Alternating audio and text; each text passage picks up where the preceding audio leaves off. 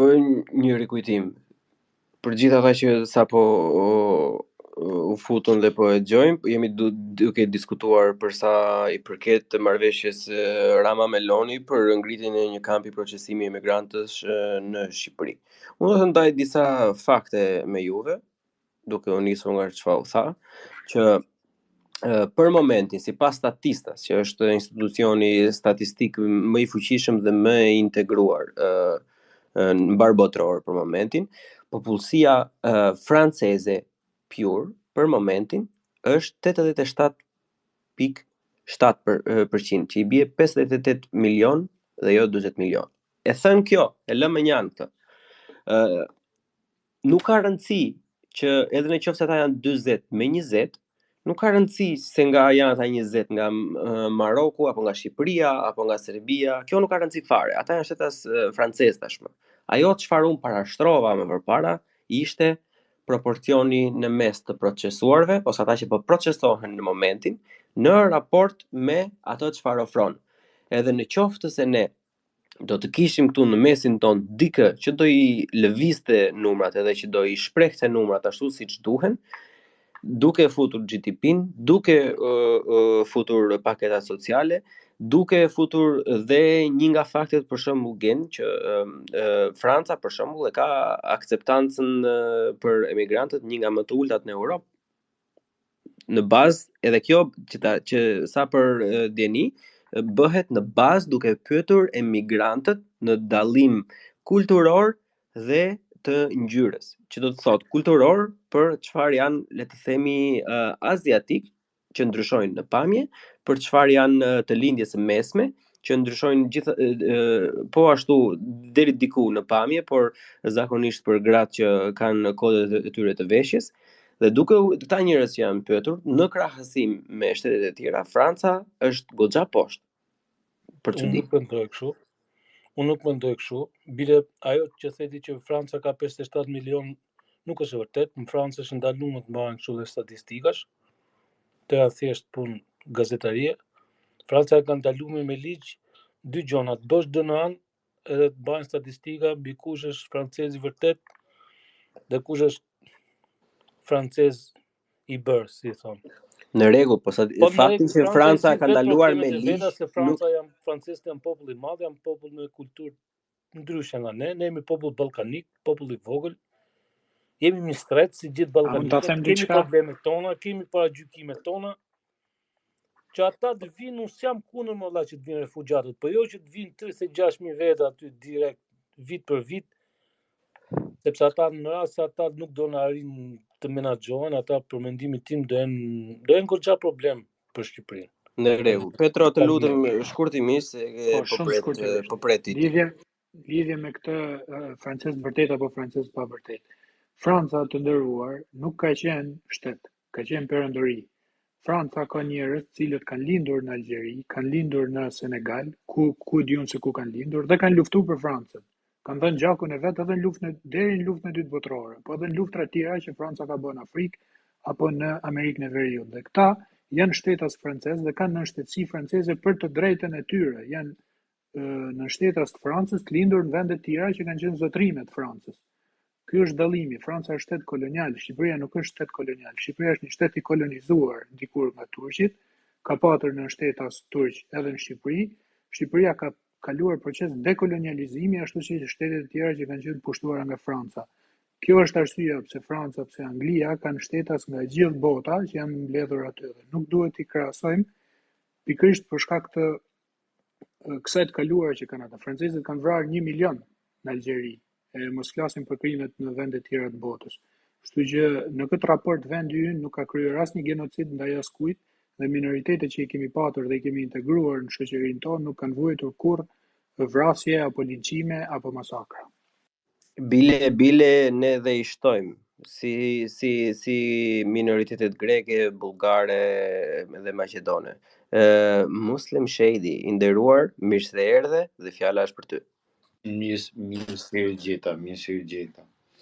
Më pëlqen shumë ky guilt tripi që ka fillu që nga kryeministri Rama deri te Gazdemolli, që po na flasin për vlera europiane të pritjes njerëzve, është shumë qesharake me thënë drejtën, të pas parasysh situatën cilën është veni jonë sot.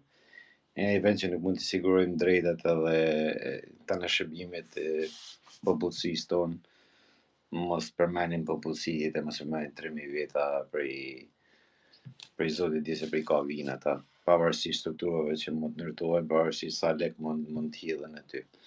Desha mi këtu këtyne që na flasin për vlerë europiane, sepse mi ka dzu për historinë e këtyre refugjatëve, nuk e di se sa janë në korrent, se sa e ndjeni, se qa bëhet me këta refugjat.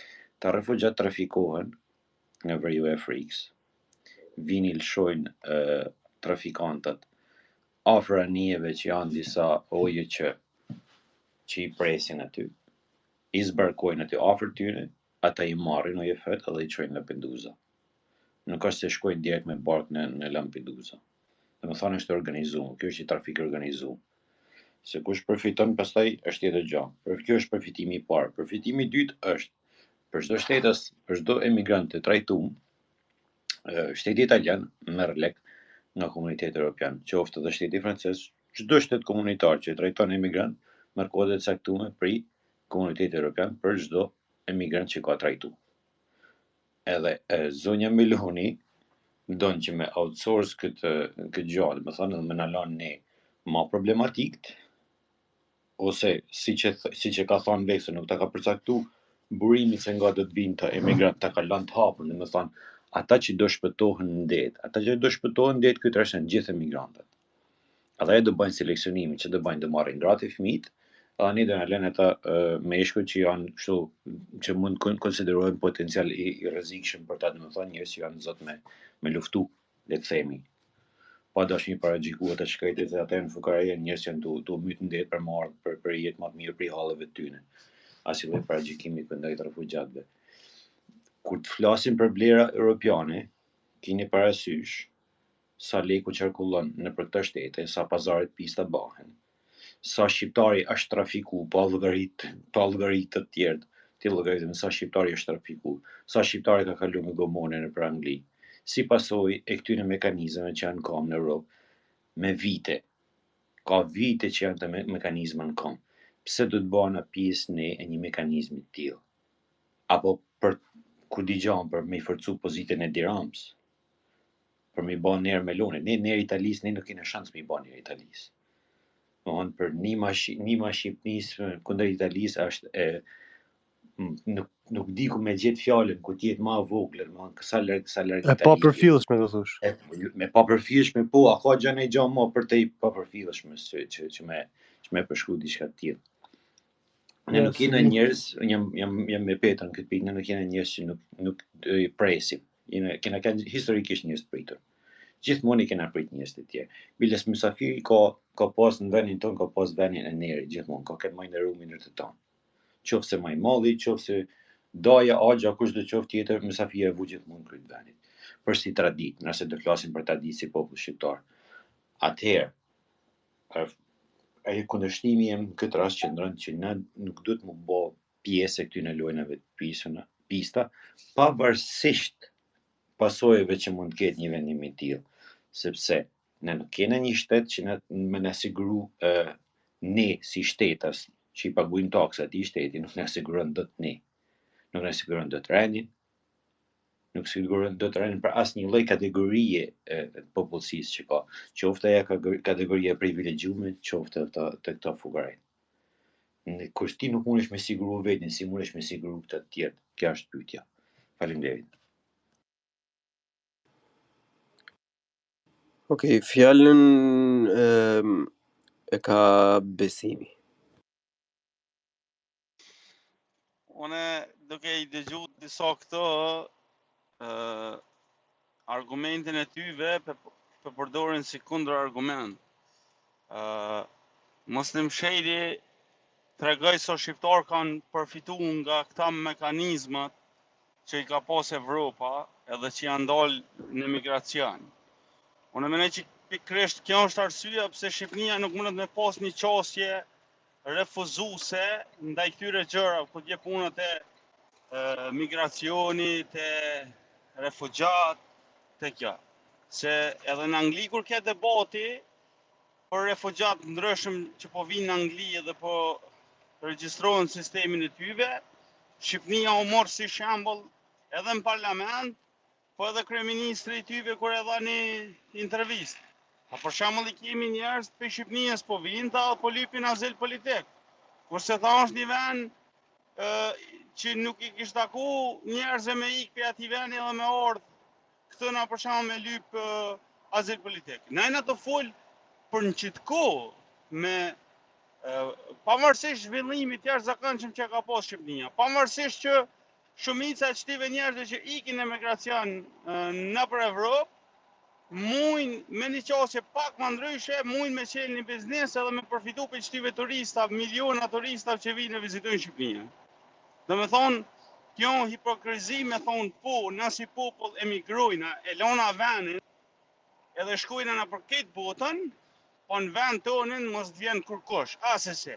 Nashta që kjo do t'ja hop pak mendjen Shqipnisë, do t'a banë ma open-minded, se tash me rahatien edhe me rritin e standardëve që është i bo Shqipnia, janë se shtë Kosova, ka fillu pak një farë debati kulturor, a përputhën vlerat e tona, mos rreshtimi në gjumë dhe jo në vlera fetare, mos ishte gabim, dhe më thonë kam fillu. Ndërsa edhe Roma, nështë me këto, po dhe mi apru pak publik, dhe mi thonë, a di qka, nëse juve ju pengojnë edhe vlezën Kosovar, që propja bi multikulturalizmin e venëve tjera. Ajde, shiko, më të lutëm tani se unë këtë besim me gjithë respektin që kam për ty në asnjë lloj mënyre nuk mund ta pranoj. Tani, të lutem, të ftoj sinqerisht edhe miqësisht të mos ma ngresh një perandor tiran si Neroni famkeq që është Edi Rama sot. Se deri tani po thoi që ka bëjë gjë shumë të mirë, ka pasur një super zhvillim Shqipëria, e tani si i bie kjo me sipas logjikës që ky është ndëshkim sepse shqiptarët nuk e kanë qef kosovarët, është absurditet. Kjo është ato brainwashing, kjo është brainwashing, kjo është gaslighting, kjo është duke i vënë njerëzit në sedër për diçka që nuk është ekzistent. Është manipulim o vlla. Ky është manipulim tejet i pastër. Bleon kisha filluar me smart. Kemi pasur skena, kemi pasur diskutime ndonjëherë edhe fëminore, bile unë me mikun tim Gazin e kam diskutuar në një nga episodet e Buçi Podcast për sa i përket asaj historisë qesharake për titrat, edhe dolëm në konkluzionin që nuk ka asnjë lloj gjë të keqe. E unë këtë nuk e pranoj në asnjë lloj momenti që pas ka një pjesë të shqiptarëve që nuk i dashkan kosovarët. Këto janë thjesht komente tipu. Të lutem ta mbaroj, sepse po e thoshe, ashtu e ndodhe fjalën që Edi Rama po ja u thoka me që juve si dashkeni këto, atëherë po ju sjell të tjerëve. Tash ndaje mendjen i dashur. Ose këto janë njerëz si gjithnjë, ose pastaj janë dëshkimi i Edi Ramës. Nuk mund të jenë të dyja. Këto dy gjëra nuk mund të ekzistojnë në të njëjtën kohë. Ose janë dëshkimi për këta shqiptarët e keq që nuk i dojnë vëllezërit e tyre, edhe do marr kanë dikush që s'është vëllezërit e jon, do ta ndajmë mendjen tani, ose janë njësoj si ne, ose s'janë njësoj si ne. Jo ndëshkim, unë thash mund të shërbejnë si me më të bëjë si për edukim. Edukim, me open minded. Do më na eduku Edi Rama. Në kulturën ndryshme të ekspozon. Jo zotri, që të jesh mendje hapur, duhet të kesh mendje në fillim. Edhe pa kultivu mendjen, ne nuk mund të flasim tashmë për mendje hapur. Këtu duhet të jemi të lutem, duhet të përmbahemi thelbit. Nuk më pëlqejnë këto lloj degëzime të tilla që me që juve nuk qenë keni gati edhe nuk i pranokeni, nuk pas keni vlera bashkëfetare, nuk ka vlera bashkëfetare. Edhe kemi folur në shumë spesa të tjera dhe në shumë podcaste të tjera. Shqipëria nuk e ka mbajtur feja bashkë, e ka mbajtur shqiptaria. Edhe unë këtë i nderuar, mbase ekstrapolova pak më shumë se sa ç'duhej, po në asnjë moment unë këtë nuk e pranoj. Edhe të lutem, të ftoj sinqerisht dhe miqësisht në deklarata të tilla të bëjmë jashtëzakonisht shumë kujdes, sepse ne xha jemi kulturë brezile, edhe duhet të jemi tejet të kujdesshëm. Kosovarët se kanë këtë problem se na jena mësu me do Shqipërinë më shumë se sa njerëz që jetojnë në Shqipëri. Ja pra, ti i nderuar për shembull, me fjalët e Gazit, ti i nderuar në këtë moment, ti je racist në këtë moment, sepse ti je i bindur që shqiptarët nuk i duan kosovarët dhe ti je i bindur që kosovarët janë mësuar, kështu që e presin edhe nga shqiptarët. Kështu që ti repre e asaj që ti ishe kundër deri tani, sepse zotri ky ishte komenti tejet racist, duke thënë që shqiptarët e Shqipërisë nuk duan Kosovën siç e duan shqiptarët e Kosovës Shqipërinë. Të lutem. Jo, unë pas ke keq kuptu, veç një tro. Unë e thash se fundmi, me rahatien, me zhvillimin ekonomik, kanë fillu të debate që unë personalisht nuk kisha besu që mujmë i dëgju. Se sa a përfillën vlerat e tona, a ishte gabim rrështimi rreth gjuhës, rreth vlerave të shqiptarisë dhe gjuhës e qëtura. Dhe me thonë, unë në qitë kuptimin be tham, po jo më shumë, po tjetra, a banë problem shtutje dhe diqka, ku në parlamentin e Anglisë edhe vetë kryeministri angles e përmeni pak çështjen e shqiptarëve që po migrojnë në Angli, ku tha vinë nga një vend ku nuk ka nevojë me dhon azyl politik ose nuk janë ekonomikisht keq, saqë me lyp një emigrim në Angli. Çfarë mendon për këtë punë? Po, sa përqend e popullatës janë shqiptarë në Britani, besim, e sa përqend do më ashtu na këtu? Karl, të lutem, se i përgjigjem, nuk ka problem, nuk kam nevojë të kaloj as në numër as në teknikalitet e tilla. Nëse e shoh me përqindje, besoj që këtë 30.000 shqiptarë në Shqipëri, komo e njëjta përqindje me sa 200-300.000 shqiptarë që janë në Angli, sa milion veti ku Angli. Në rregull, shife, besim, bëjmë replikën bashkë, me që më ftove në replikë se edhe Ariani është duke pritur. Në qoftë se më lejohet, a mund të pyes ti vet ku qëndron, ku jeton? Unë jetoj në Amerikë. I nderuar, a mund të pyes në qoftë se më lejohet çfarë profesioni ke? E kam biznesin tem transportit, megjithatë e kam bachelor's degree në shkenca politike dhe histori. Bravo të qoftë edhe të uroj gjithë mirat dhe sukseset më tejshme me biznesin tënd. Atëherë, i nderuar, duke lidhur me fjalën që Petro tha më përpara, është diçka që ne duhet të përmendim dhe asnjëherë nuk duhet të harrojmë. Duhet të kemi përpara syve tan që Shqipëria është duke marrë brylin gjatë gjithë kohës. A nëse Shqipëria do ishte dikur një vend që kishte eksportuar sklever, edhe kishte marrë litium, edhe kishte marrë diamante, kishte marrë are, e kemi hakën ndaj Zotit lart, edhe ndaj universit, me ju kthy edhe me ato njerëz të cilët ne i kemi zhvatur, siç ka bërë Italia, siç ka bërë Spanja, siç ka bërë Franca, siç ka bërë Anglia, do e kishin detyrë më të madhe dhe duhet të ulnim kokën edhe të dilim zot asaj pune. Por ne as mish, as peshk. Në asnjë lloj momenti të historisë ne nuk e kemi parë hajrin asnjë lloj gjëje. Të kolonizuar kemi qenë, gjithmonë jemi cilësuar, pavarësisht se ne kemi një mendim edhe kemi një mendim të shëndetshëm për veten tonë, gjithmonë nga të gjithë ballkanësit e tjerë, pavarësisht se vazhdimësia historike tregon të kundërtën, jemi trajtuar si inferior, si klasë të dytë, si ignorant, si të pashkolluar. Asnjëherë nuk kemi përfituar në kurisë asnjë tjetri. A të lutem, ku bën sens fakti që pasojat kolonialiste të një vendi si Italia dhe Franca t'i mbajë Shqipëria në kurisë? Në cilin moment ky bën pjesë? Më fal, kjo për mua është një karrot. Ajo karrota që i varet gomarit përpara që ai vazhdon e ecën, se e kupton se do ta kapi, po asnjëherë s'ta kapi. Edhe njëta gjë që bën, e di, un kam në këto 2-3 ditë më është rritur respekti për Greqinë tejmase. Që është gjë e rrallë të dëgjohet kjo nga Blon Hasani. Sepse Greqia thot unë nuk lë të futesh në Europë, po nuk më dhe detin apo po nuk më njoh këtë. Greqia me nder muhabetit i ka këllqjet që ta thot ç'a do. Po tani një vend si Italia që duhet me ato lloj marrëdhënie që kemi ne dhe me sa truj kemi dhënë në Italisë, përveç të gjithë emigrantëve, duhet të na jepte ndihmën në mënyrë bilaterale edhe për interesin e vet, sepse ka një komunitet mbase të vogël për disa, po për mua jo dhe aq të vogël. E pra mik i dashur, ne nuk mund të bëhemi të kthehemi në pularin e Europës, edhe mos të shohim frytet. Në qoftë se neve na vin mjek nga India, nga Bangladeshi edhe nga Afrika. Hajde bujrum, mbase na duhen disa mjek, mbase na duhen disa inxhiniera. Në qoftë se të do japin kontributin në shoqërinë tonë, do paguajnë taksa, do fillojnë të mësojnë gjuhën siç mësojnë shqiptarët gjermanisht e frëngjisht edhe nga 4-5 gjuhë. Durchschnittlich mesatarja. Atëherë, okay. Bujrum, edhe Zoti ju a bëft mbar, edhe faleminderit që erdhët se po i ngrini vlerën e vendit tim. Por tani, unë të hapo borrin e shtëpisë time, vetëm që dikush të vi, edhe ta përdhosi atë sikur të ishte një cop toke, sikur të ishte një shesh ku përzihet betoni.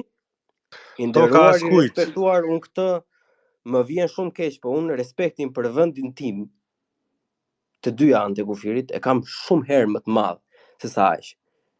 Çfarë, sa i përket kësaj kolonizimit që po përmend, ndoshta anglez mund me thonë, okay, njerëz pe Indijës le të vinë ose pe vende të tjera që i kena kolonizu, mirë po pe Shqipërisë mos na vjen asnjë se kena kolonizu. Ose Zvicra mund të më thonë njëjtën sen, mund të më thonë Shqipërisë ose Kosovës. Kur të kom kolonizuar e tyje që po vjen edhe po ke lyp azel para luftës në Kosovë, ke lyp azel kur i ke ik komunizmit për Shqipërisë, ke po lyp azel tani eksena. Do të thonë, nderuar, në qoftë do të më citosh, të lutem më cito fiks, jo vetëm pjesë, se nuk është e drejtë. Vetëm pjesën e thash, ky argumenti i kolonizimit mund të më thu only so far që thonë amerikanët, apo kupton? Se të njëjtën sen jo çdo vend ku emigrojnë shqiptarët e ka kolonizuar Shqipërinë. Apo kupton, so nuk mundesh e përdor tamam si argument. E përdor që shkeme të, sepse argumenti nuk ishte që nuk e emigrohet sepse e ka kolonizuar, ishte kolonizimi nuk funksionon sepse jo vetëm më përpara sa kemi parë frytet, po as sot nuk do i shikojmë frytet, sepse në qoftë se një individ nga këto, nuk e di, nga Kameruni, kalon edhe pranohet sepse ka një profesion të mirë, atëherë atë Italia dërgon një tragez zotërie, ta merr ta çon në Itali edhe e vendos në funksionalitetin e vet. Edhe neve jemi thjesht sheshi kampi përqendrimit vlla, Vernichtungslager. Tas ist was wir sind. Kjo është ajo që jeni. Ne jemi një kamp përqendrimi aty. Përkohësisht derisa të vendosi ai dikush që është sipër. Edhe kjo është jashtëzakonisht jo humane. Përkohësisht. Jashtëzakonisht jo humane. Okay, un kam folur shumë, ju kërkoj ndjes, po jam vërtet shumë pasionant për kjo. Arjani ka rëndësishme për mua. Radhën e ka Arjani, pastaj Gazi. Unë desha të mësoj prap një të zgjë për fatë keqe, desha të pyes Besimin. Besim, si e shikon ti veprimin e Mbretërisë Bashkuar, domethënë për t'i dërguar azilkërkuesit e vet, refugjatët e vet në Ruanda, ndërkohë që presin. Si e gjykon? Nëse po na dhim se emigrantët në shpirt, emigrantët se është e gabuar, refugjatët, aq shumë, domethënë, a është e ndershme të bëjmë pjesë në lojën ku përdoremi si vend i dorës tretë, si vend, domethënë që u shërben për frustrimin e mëtejshëm të azilkërkuesve. Nuk e di nëse e ndjeni, po thash, sot që flasim, Mbretëria e Bashkuar i dërgon në Ruanda azilkërkuesit e vet në kohë pritje. Po, kjo nuk është asgjë më shumë se pikërisht kur ke debati për dërgimin e tyre në Ruanda, kryeministri Anglisë edhe ajo deputetja e mor shembullin e shqiptarëve që po vinë tha pe Shqipërisë ku është një vend ku nuk kish nevojë njerëz me mërku. Edhe tani u çonën protesta, nëse e ke vrejt, nëse i ke përcjell, u çonën protesta shqiptarë, tha na ke ofendu edhe nëna Teresë Skënderbeu. Po, na qyti kriminal gjithë prandaj. Po, jo kriminal, po tani pjesë e tyre mirë. Jo, na ka qyt kriminal besim. Për fymjen ishte protesta, jo se ka fane atë. Okej, so edhe na pikërisht bojna këto. Po supozojna që çata krejt që vinë me lyp për shembull që vinë Shqipëni në kampin e përqendrimit janë kriminal potencial që kanë me shkatërru Shqipërinë e që kanë me bën kësana. Po, pyetja ime ishte tjetër për ty. Pyetja ime ishte si e shikon ti veprimin e mbretërisë bashkëpunë për t'i dërguar në Ruanda azilkërkuesit e vet. Unë Në raport me nëse e folëm pe humanizmin. aspektit, nëse folëm pe aspektit humanizmit, aja po thot, okay, nëse ti vërtet je të ik persekutimit, edhe vërtet i të kërku azil politik, ti nëse mirëqenja, nëse mbijetesa jote Ore, fizike përgjigju është pyetjes, mbrojtje, mos thuj çka ke po në jam mend. dy përgjigj. Ai po të bën tjetër Po- pyetje, ti po thu tjetër gjë. Po në qita jam dy përgjigjve, mos u gët, veç pak. Aja, basically me qitona, po mundohet mja vështërsu këto, edhe pju thot që dy njerëzve që nëse vërtet i ik përsekutimit, ti nuk e ki gojla qaj në ronda ku qaj, as long as je safe, as long as je i sigur në qatë vena, po, më thonë se në me hongër, ti do me thonë që ti i ik përsekutimit, po, nëse i të orti veç për të mira që i afron programet tu në sociale adhe i në krejna sane, atëherë tani ty komo të pengu fakti që po qojna në Ruanda edhe paka shumë nështë asë kimunisesh. Dhe me thonë, pe qëti aspektit, kështu, tash nëse këshyrën pe aspektit human ligjore, sene nuk jam i sigurt. Besoj që nëse nuk është jo ligjore, gjykatat në Angli mund një arsu, po besoj që kanë gjithë qitë loophole ligjore, ku mujnë mja vështërsu qytyve azil kërkuzve procedurën, ku i thot nëse vërtet i ti ik rrezikit edhe i ti ik përsekutimit, ti nuk e ki gole apo qaj në ronda as long as da hap një safe place. Apo kupton? Okej, po dhe Shqipëria është duke shërby fiksi njëti gogon në raport me emigrantët që duhet shkojnë në raport me azilkërkuesit që duhet shkojnë në Itali. Një për një apo ja. Edhe i gjë tjetër, që do me thënë kjo ti nuk e ki gajle, sa i mundet me të vu dhe provën e zjarit. Futu në furr, rri 30 minuta, nëse të rrezikohet jeta nuk e ki gajle me u djeg. Pse duhet me ushtu këtyre vujtje Është witch hunt kjo është witch hunt, si ato Dhe pse shtrigat në mesjet që thoshin nëse je shtrig nuk të gjen gjë. Po pra, pse s'duron ti thot ai, po pse duhet Shqipëria si vend ndëshkimi që duroja është Shqipërinë ti se nëse ti ke hall vërtet e duron edhe Shqipërinë, ti duron edhe me të rrah, duron edhe gjëra të tjera. Pse duhet me ja u shkel aty në drejtat si sprov që që kanë vërtet emigrant. Ama Petra se 28 ditë do durojnë, se s'ka me zgjat më shumë se 28 ditë, a kupton se i bën shpejt e shpejt. Me thon drejtën, unë jam konë refugjat.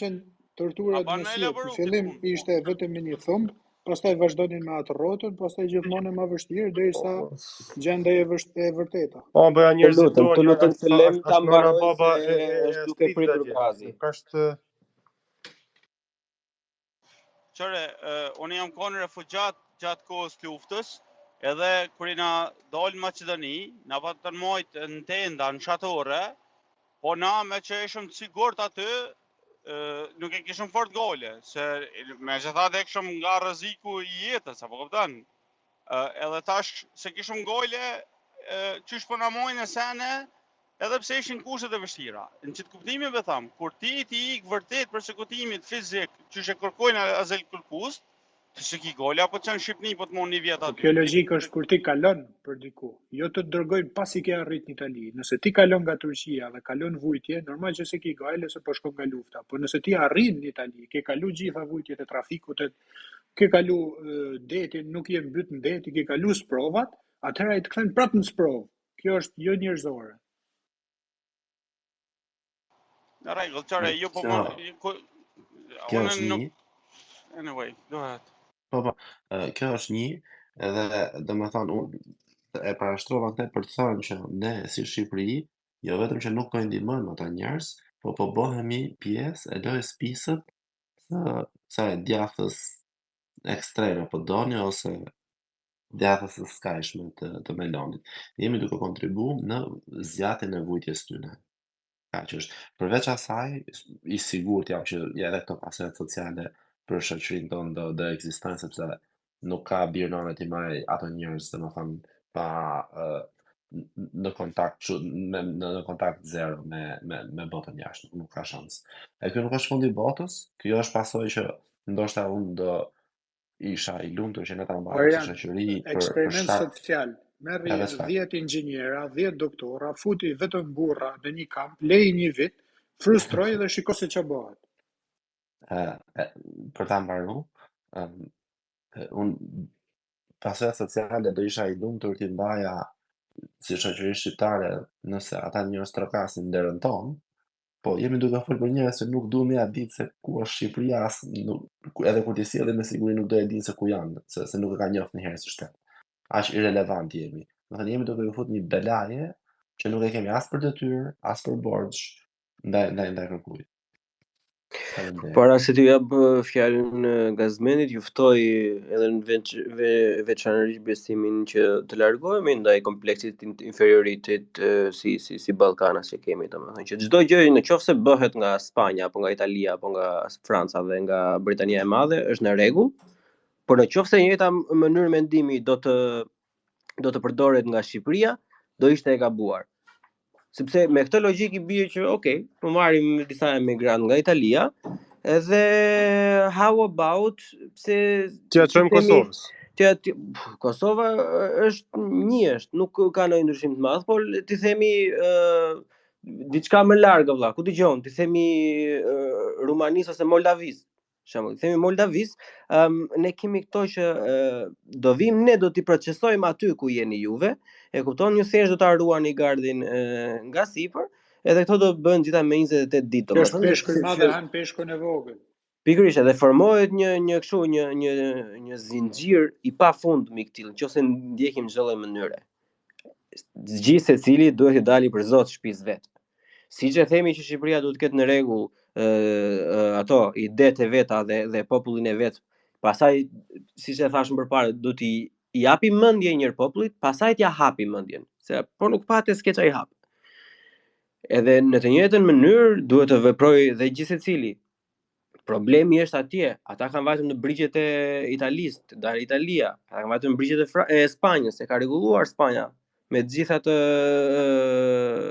vrullin e vet që ka, domethënë, nuk ngrihet Spanja siç u ngrihej Greqia para një 5-6 vitesh, edhe siç është Italia sot. Ama jo në xhep mes nesh. Edhe që të mbroj, le të themi, argumentin tim më përpara, unë po them që bryllat e kolonializmit në të shkuarën janë e shkuar, por ne po marrim bryllat dhe sot, sepse siç e përmenda edhe pak më sipër, ai që do përfitoj azilin, që do jetë vërtet i denjë vëlla, që do jetë i mirë, që do mësoj diçka dhe do japi diçka, do të merret edhe do të shfrytëzohet sipas çiftit tyre, dhe ne jemi prap një betoniere. Gaz i nderuar, fjala është për ty. Faleminderit. Tash kjo pjesa e fundit të diskutimit, domethënë është mos Ariani më do të pajtona me këtë, edhe pajtona me aspektin e pritjes së dinjitetshme, dhe mendoj që nëse ish përqëndru refuzimi dhe kritika ndaj këtij vendimi në atë që nuk duhet të ketë kampe, hotele të tilla me 3000 persona brenda, por do të jenë të madhësisë njerëzore, ku mund të priten në mënyrë të dinjitetshme dhe mos të jetë Shqipëria një vend ku ata do të kalojnë një pjesë të jetës tyre, qofshin ato 28 ditë apo më shumë, të më në mënyrë të pa dinjitetshme.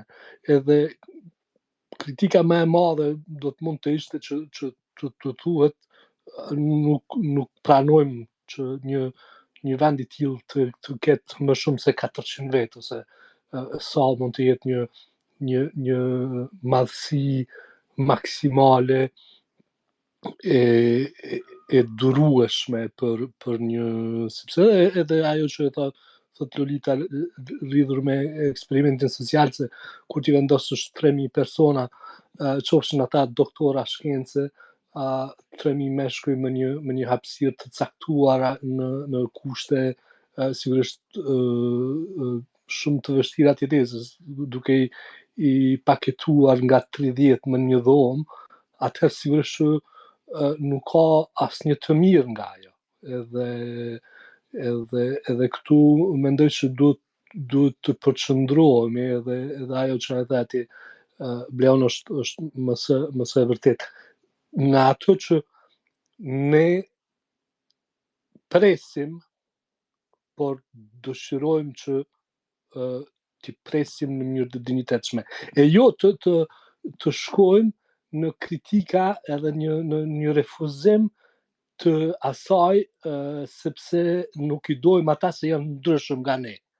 Edhe nuk i dojmë sepse janë çka po dione. Sepse kjo nuk është vështirë edhe me mbrojt edhe vështirë që kalon. Por nëse kritika përqendrohet në ata që çdo gjë që Shqipëria do të bëj, okay, po le ta bëjmë në mënyrë të dinjitetshme dhe kushdo që kalon nga Shqipëria mos të ketë një përvojë të hidhur edhe të jetë edhe kjo sigurisht që nëse merr vesh, domethënë nëse merr fjala dhe edhe kritika për çdo kështu, mendoj që do mund të ketë ndryshim të akordit, qoftë mund të bëhen ta zëm tre hotele të tilla, se nuk dua t'ju them kampe, 3 hotele të tilla me nga 300-400 vet, okay, ama jo vende me nga 3000 vjet, sepse vërtet janë nuk mund të pasha nuk ka vende të tilla as në Francë as gjë tjetër kon për post në Lampedusa ose në Turki ku e mora shembullin pak më herët janë afër 4 milion refugjat duke u procesuar, duke pritur në ato vende kur nuk i gjasojnë një vende ku jetojnë njerëzit. Këtë deshta ta them, por une e kuptoj se kjo është e vështirë, por në qofse bëhet në mënyrë si them njerëzore, profesionale, edhe me struktura qoftë edhe të jenë të kontrolluara nga shoqata të ndryshme humanitare që duhet të vëzhgojnë kualitetin e qëndrimit aty, nuk do të kishte problem. Problemet vijnë kur jeta bëhet e padurueshme dhe atëherë ata, siç e mori shembullin Lolita më herët kur tha që e kanë thy rrethojën për të ngrënë pasta, domethënë është domethënë bëhet tjetër. Këtë desha ta plotësoj. Gaz, nuk kam një pyetje për ty. Pavarësisht se mund të ngëlloj pak vulgare dhe e pathirur, po unë prap do ta bëj sepse dua një përgjigje të ndën. Sa mendon ti se ka shanse që kjo vendimi i Ramës të jetë fiks ajo që u përmend më përpara, që ky është një dëshkim i shqiptarëve që nuk duan shqiptarët e Kosovës? Jo, kjo është absolutisht domon skandaloze të flitet kështu. Kjo nuk ka të bëj me nuk guxojmë të shprehemi kështu. Shqiptarët e Shqipërisë për dhe të Kosovës asnjëherë nuk kanë pas problem me mikpritjen edhe është marrëdhënie pa lidhje, mos t'i japon pesh, edhe është vështirë edhe me kundërshtu pa se të mundu me shpjegu, thua se po ja japim pak a shumë pesh. Okay. Por jo, përbes edhe mendoj që gjithë shoqëria shqiptare është në këtë vijë, edhe nëse nuk shprehet, është në këtë vijë që nuk dëshirojnë që këto hapësira të procesimit të jenë të padinjitetshme, të panjerëzishme. Në qofse janë vende ku njerëzit vijnë dhe presin në kushte të mira, domethënë kanë shujta ditore, kanë një hapësirë ku flanë, kanë hapësira ku rrinë, ku bëjnë sport, edhe në pritje qoftë 1 muaj ose 2 ose sado që ju vjen të presin, të kenë një qëndrim të dinjitoz. Ashtu siç edhe nëse prej fillimit domethënë në një mënyrë e krijon një hapësirë që nuk është njerëzore, është borg atëherë i mshefur sekret. Atëherë kjo nuk ka vërtet përkraje.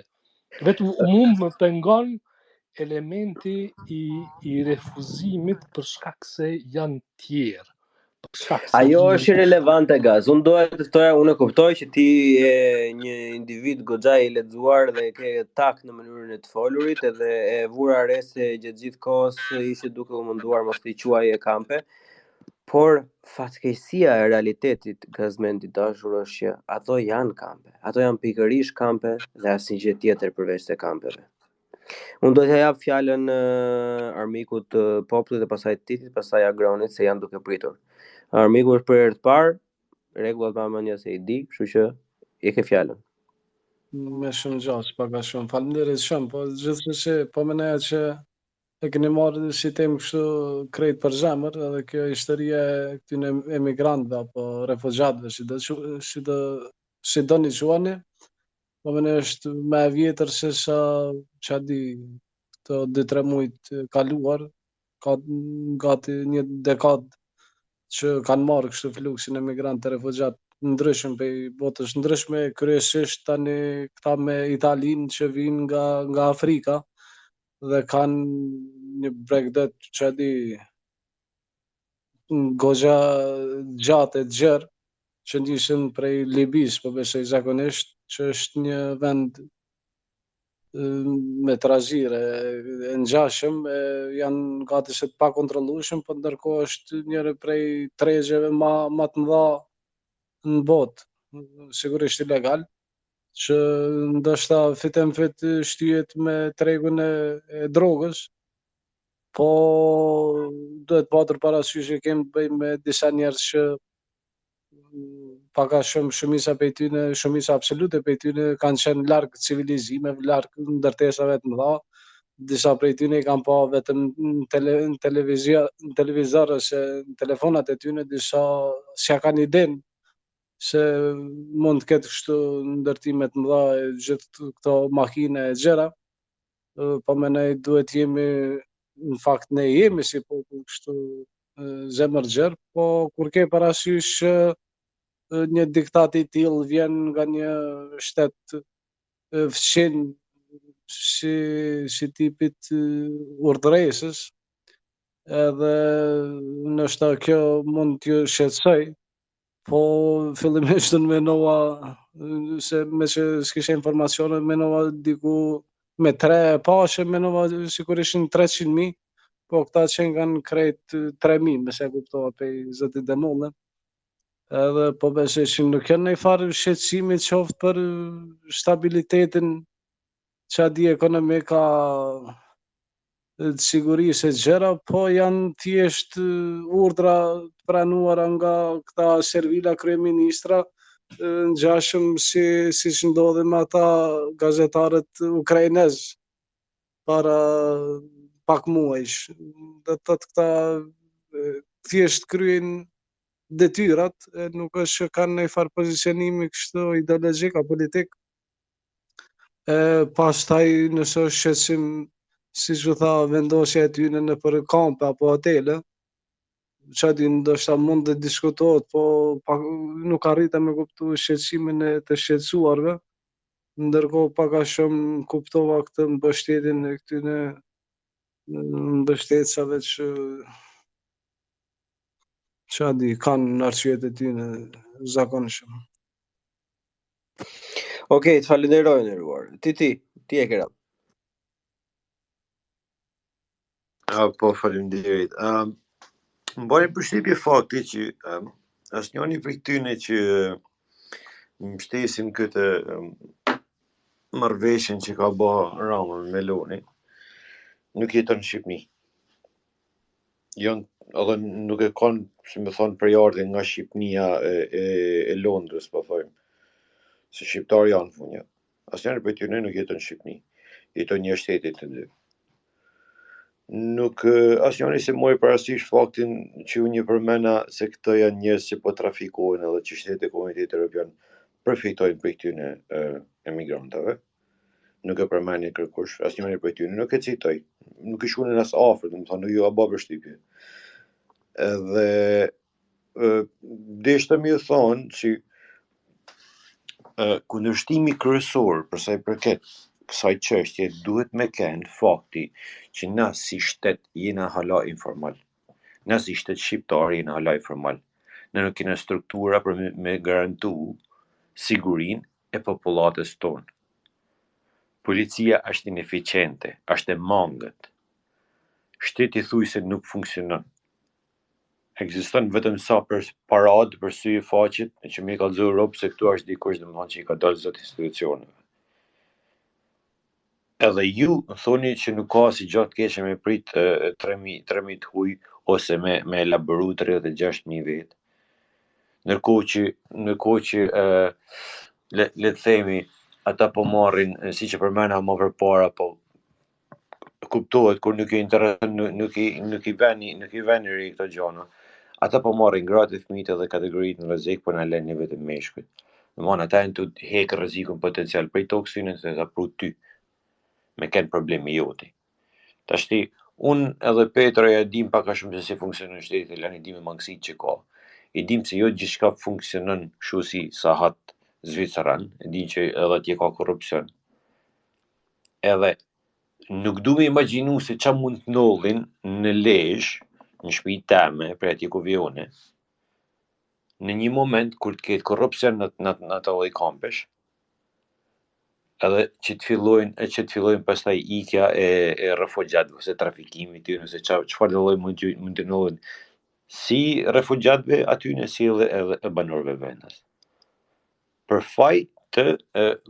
shkak të faktit që na nuk kena një qeveri që garanton sigurinë e qytetarëve të vet në raport. Lënë më qytetarëve të huaj. Faleminderit. Okej, nëse ne tashmë Gaz do ta jap fjalën për pak miku im. Thjesht po afrohemi edhe drejt fundit që mos e zgjatemi shumë se kemi diskutuar. Unë ftoj edhe hap të zi që do mblidhemi në ditët e në vijim duke pasur informacione të reja, input të ri, nuk i di asnjëherë se si shkojnë gjërat, kështu që këtu do jemi. Përpara se të jap fjalën Gazit, do të pyesja 3 folësit e tjerë që nuk e kanë ngritur dorën, por janë folësa që është Eagle, Ylli, Cahani dhe Daniela. Misha, keni... Okej, Daniela, mund të ndash mendimin tënd. Okej, faleminderit, shumë faleminderit. Më përpara dëgjova dikush që përmendi Ruandën dhe se si emigrantët shqiptar janë kërcënuar që do dërgohen në Ruandë, jo vetëm emigrantët shqiptar, por që gjithë emigrantët që vinë. Thjesht doja të bëj një kujtesë të vogël që Ruanda është pjesë e Commonwealth dhe mua më bën sens që ata ta përdorin këtë lloj shteti si vend zbarkim ose vend shkarkim të këtyre emigrantëve apo çdo lloj gjë tjetër, por ajo që mua më shqetëson është fakti që kjo lloj marrëveshje është bërë muhabet kave mes Melonit edhe Ramës. Okej, kjo është spekulative patjetër, por që mbi baza ligjore dhe mbi baza strukturore dhe organizative është bërë kjo marrëveshje. Dhe këtë ne nuk e dim apo jo, nuk dim të ketë patur ndonjë takim zyrtar që është dokumentuar mes Ramës dhe Melonit ku janë rënë dakord këto lloj rezultatesh edhe këto lloj vendimesh. Edhe ajo çka mua më shqetëson më shumti është çka do thotë kjo për të ardhmen politike të Shqipërisë. Gjithë e dim se sa e vështirë është që të lëshohet ose të largohet një sistem diktatorial në momentin që vendoset, apo jo.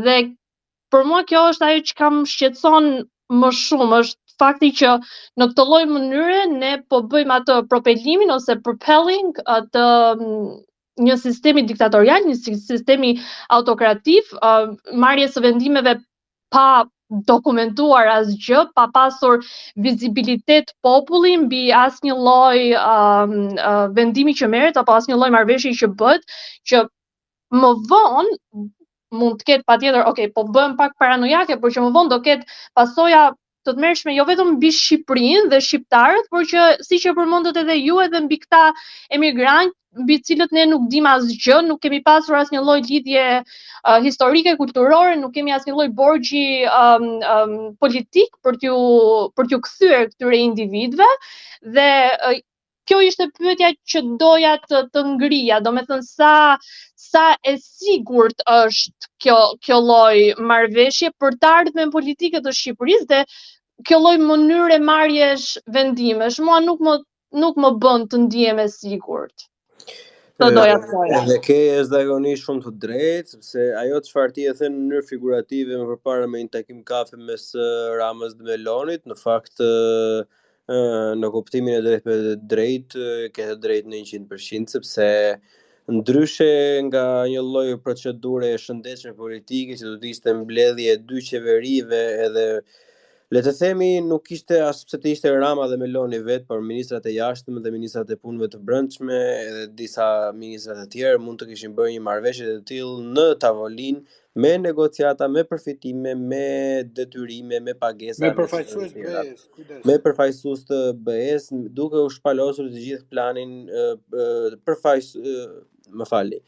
përfitues të dyja palëve. Diçka e tillë nuk diskutohen, prandaj edhe miq tan deri pak më përpara hodhën për dispozim faktin që mund të jetë një qok që le të themi Edi Rama ja ka bërë Melonit për këto ngërçin e vet politik.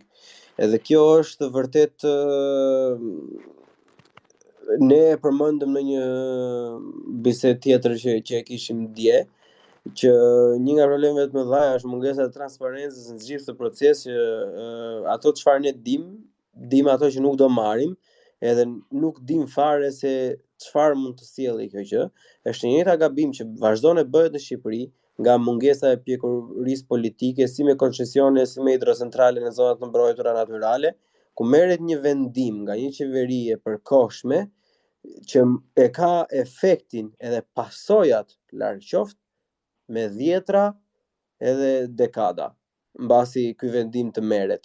Edhe që opozitës, pavarësisht se është ashtu siç është paçavure, mos t'i lejohet një interpelancë, një ndërhyrje, një lloj le të themi materiali edhe mendimi dhe varianti dhe kërkesa që ata mund të kenë në një çështje të tillë, kjo jo vetëm që është antidemokratike, por duke u referuar personave që e ngren Edi Ramën piedestal përpara dhe që e ngren atë progresin ose ultra progresin e Shqipërisë vitet e fundit në piedestal, kjo është domethënë komplet e kundërta e çka të gjithë ne që jemi këtu dëshirojmë të jemi. Kjo është jashtë çdo lloj fantazie më të errët që secili nga ne këtu ka. Sepse një pjesë e mirë e jona jeton diku tjetër, një pjesë e mirë e jona do kishte shumë dëshirë të ne të merrim gjërat më të mira. E ne fatkeqësisht dështojmë në këtë rrugëtimin ton, edhe ne fatkeqësisht vazhdojmë akoma të jemi sfungjeri i Europës. Po unë shpresoj të ngelemi thjesht sfungjeri i Europës edhe i Perëndimit dhe jo të kthehemi në banjë. Petro do ta jap fjalën, po Gazmendi kishte ngritur përpara, edhe nëse mundet shkurtimisht Gazmendi nëse ka për diçka për të folur, pastaj Petro edhe do konkludojmë me afër. Ju thani, mos kishte diçka për të thënë. Alo, përshëndetje. Përshëndetje, mirë se erdhe. Lutem përmbaju etikës së komunikimit. Po, faleminderit për fjalën. Dy fjalë nuk desha shtesha shumë, si një shqiptar që jeton jashtë, që 20 vite në Britani, edhe shoh që shumë emigrantë vijnë këtu edhe ikin, po Shqipëria nuk mund krahasohet me vendet e Perëndimit. Britania të paktën ka qenë perandori, ka pas njerëz që kanë ardhur, kanë shërbyer, kanë ikur, por Shqipëria nuk i ka këtë luks që të marrë me mira emigrantë nga vendet e treta që nuk kanë asnjë gjë të përbashkët me Shqipërinë.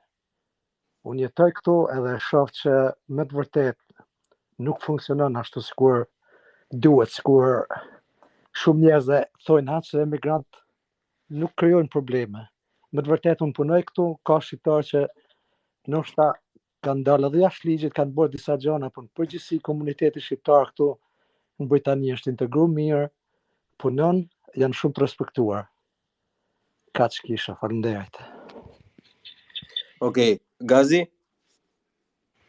Jo, vetëm shkurt se Muslim Sheri pak më në briku si kur tha nuk janë as nga Shqipëria.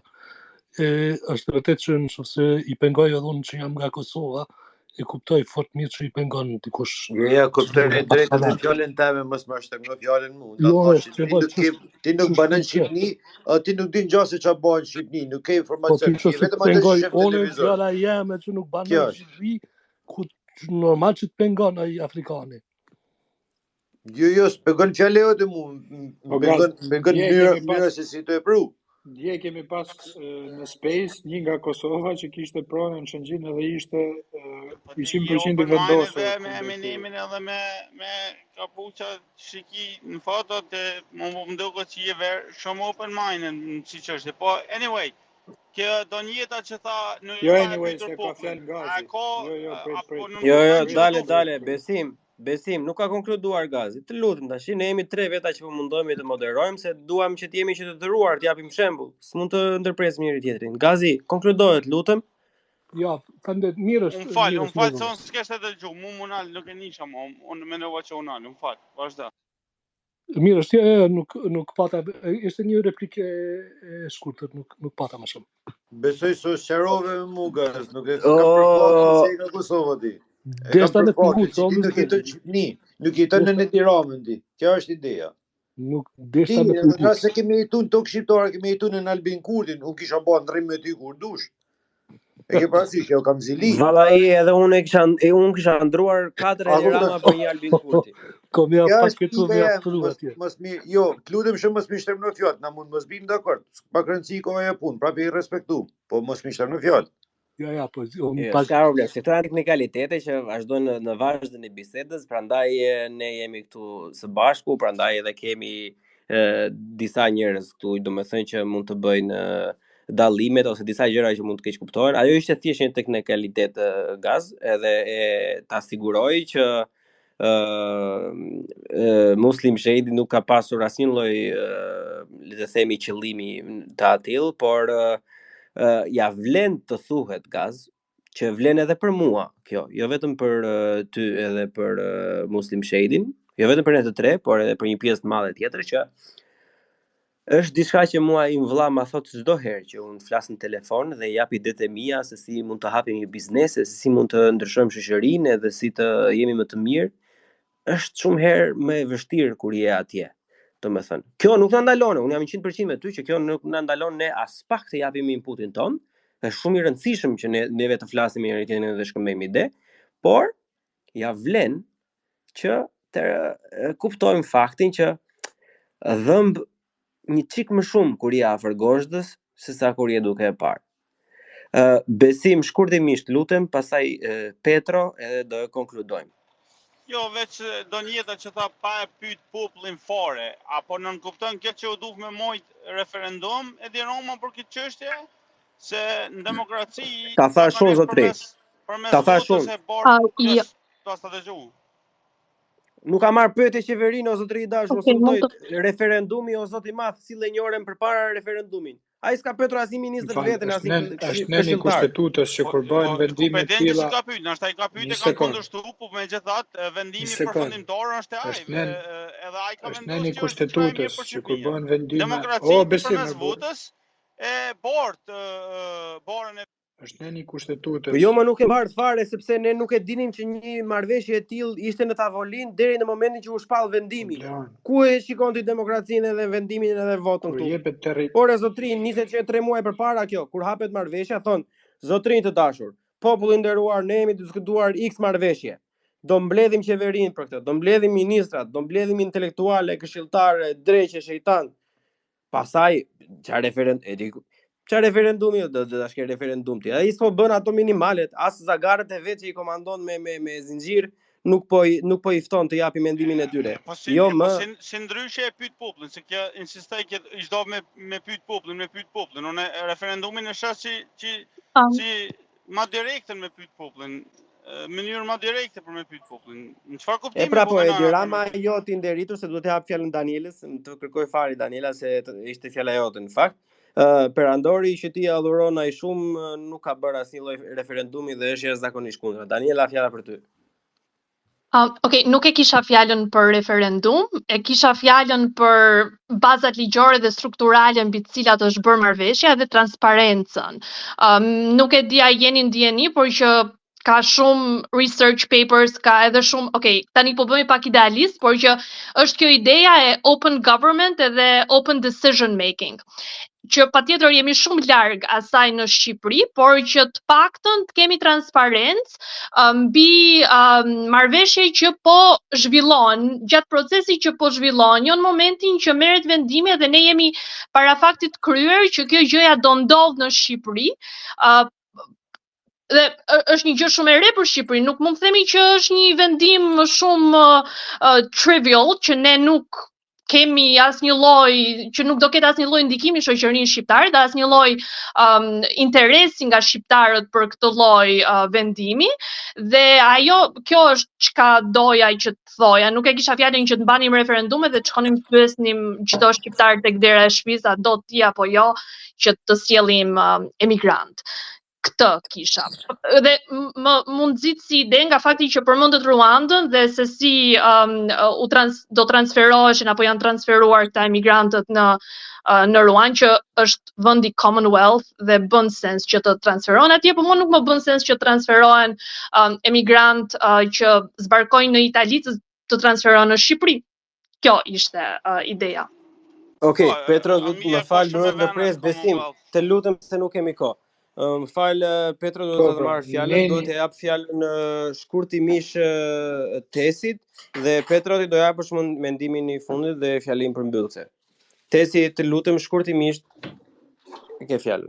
Ajo që doja të shtoja nga gjithë këto që u thanë është që në lidhje me deportimin e atyre të cilët do i refuzohet azili nga Italia, gjatë një periudhe 4 vjeçare, nga 2015 në 2019, janë deportuar vetëm 19% e gjithë atyre që janë refuzuar. Është rritur pak në 2023 që ka shkuar diku te 20%, po që të kemi parasysh që gjithë atyre që do mohohet azili, maksimum 20% do deportohen, gjithë do rinë këtu. Qose vendet tjera të Bashkimit Evropian nuk kanë arritur ta zgjidhin këtë çështje, ta harrojmë se do ta zgjidhin ne nga Italia në Shqipëri. Edhe kjo është një gjë që më shqetëson jashtëzakonisht shumë dhe duhet ta dim patjetër se çfarë do ndodhe me ato të cilët duhet të deportohen.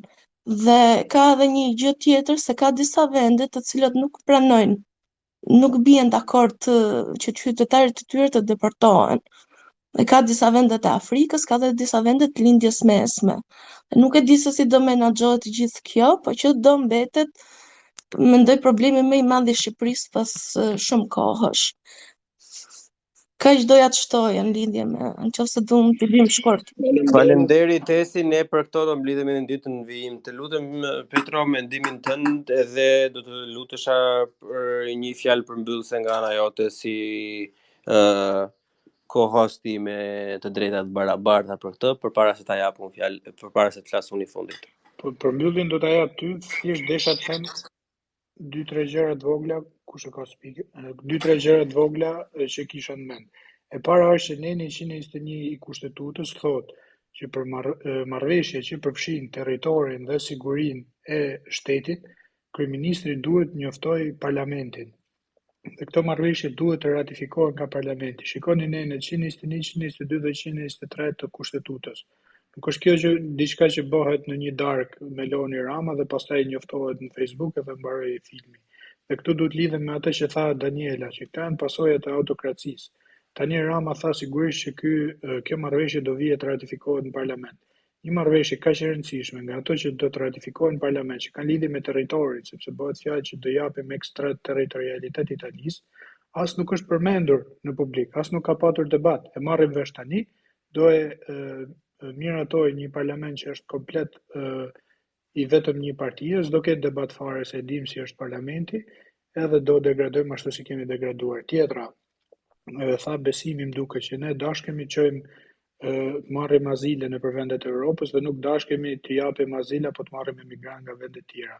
Nuk është e vërtetë. Pasojat e globalizmit ne i dimë shumë mirë dhe i pranojmë.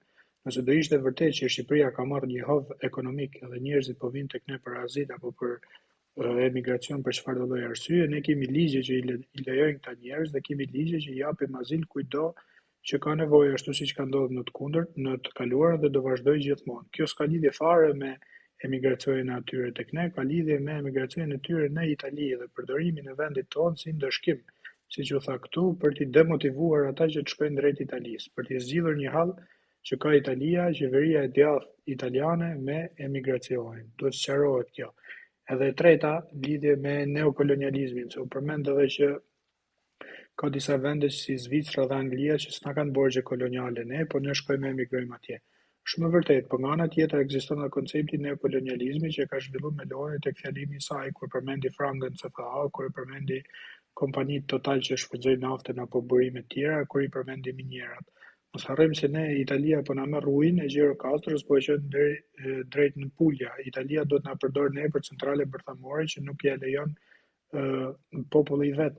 Mos harrojmë se nafta jon merret, përpunohet jashtë dhe ne blejmë naftën nga jashtë, në vend që të kemi një rafineri tonë. Mos harrojmë që Anglia ka futur hundët në punët tona dhe vazhdon t'i fusë edhe sot e kësaj dite, jo që unë jam kundër, sepse e di se kështu do ndodhë në gjitha perandoritë dhe fuqitë e mëdha, por ka ndodhur që Anglia është përfshin punët tona, Anglia ka nxitur edhe njerëz për luftra në vendin tonë, Anglia ka përcaktuar kufit, ju kujtohet marrëveshja Churchill-Roosevelt që Shqipëria i la bllokut lindor dhe u vendos që do shkonte komunizëm.